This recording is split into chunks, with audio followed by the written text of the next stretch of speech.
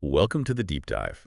Today we're jumping into a question that really sits at the core of things. hmm How much control do we actually have over our feelings? It's a big one, isn't it? Yeah.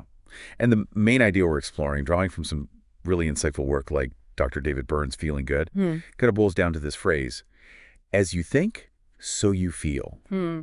So this deep dive is really about figuring out how our thoughts, our internal chatter, are maybe the key drivers behind our moods, our well-being. Right. And our mission really is to give you some simple, but hopefully powerful ways to spot and maybe shift the thoughts that shape your emotional world. It's fascinating because that central idea that your mood is directly tied to your thinking, it's not just like a nice thought. Right. It's fundamental to Dr. Burns' work. Okay. He really emphasizes this connection between what we tell ourselves and how we end up feeling. It's a pattern, and one we can actually influence.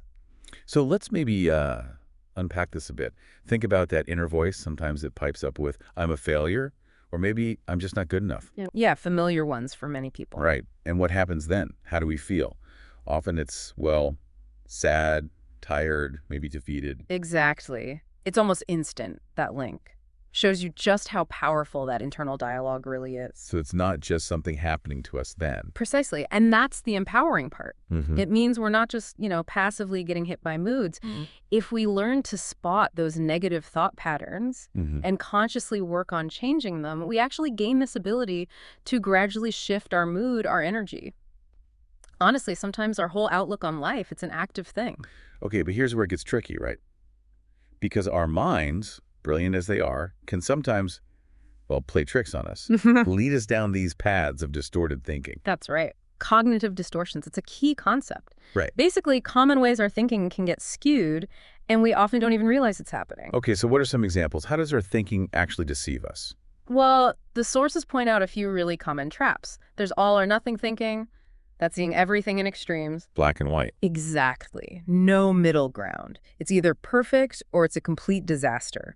Very rigid. I can see how that would be unhelpful. Definitely. Then there's the negative filter. It's like you put on mental sunglasses that only let the negative stuff through. So you just ignore anything positive. Pretty much. You focus only on the downsides, even if there's lots of good stuff happening. And another big one is emotional reasoning. That's when you think, I feel it, so it must be true. For example, I feel really anxious right now, so the situation must be dangerous. Ah, okay. So the feeling itself becomes the evidence, even if the facts don't support it. You got it. You're reasoning based purely on the emotion, not the reality of the situation. That makes sense. So if someone's noticing these patterns, how do they even start to, untangle a genuine feeling from one that's maybe being driven by a distortion? Yeah, that's the practical question. And the advice is actually quite straightforward, though it takes practice. It involves writing down those negative thoughts. Just writing them down. Writing them down, yeah, maybe daily. And then, importantly, challenging them. It's not about suppressing the feeling, but interrogating the thought behind it.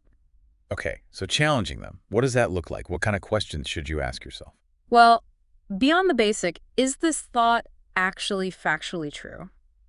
You can dig a bit deeper. You could ask, what's the evidence for this thought? What's the evidence against it? Right, like a little detective? Kind of. Or is there another way to look at this situation? Maybe even, what would I say to a friend if they were thinking this? That helps get some perspective. Being a bit kinder to yourself, maybe. Often, yes. It shifts you from just being swept away by the thought to actively examining it. And when you start changing the thinking, you really do start changing your reality. It's incredibly empowering. So it really seems the core message here is that our mental peace, our well-being, it starts with the quality of our thoughts. It truly does seem to begin there, which leads to a final, maybe provocative thought to consider. If our feelings are so strongly linked to our thoughts, and we know our thoughts can sometimes, deceive us, then when we say, with conviction, this feeling I have is real, does that automatically mean it's true in an objective sense? That's definitely something to chew on. A fascinating place to leave it. Think good, feel better. Welcome to the deep dive. Today we're jumping into a question that really sits at the core of things. How much control do we actually have over our feelings? It's a big one, isn't it? Yeah. And the main idea we're exploring, drawing from some really insightful work like Dr. David Burns' Feeling Good, kind of boils down to this phrase, as you think, so you feel. So this deep dive is really about figuring out how our thoughts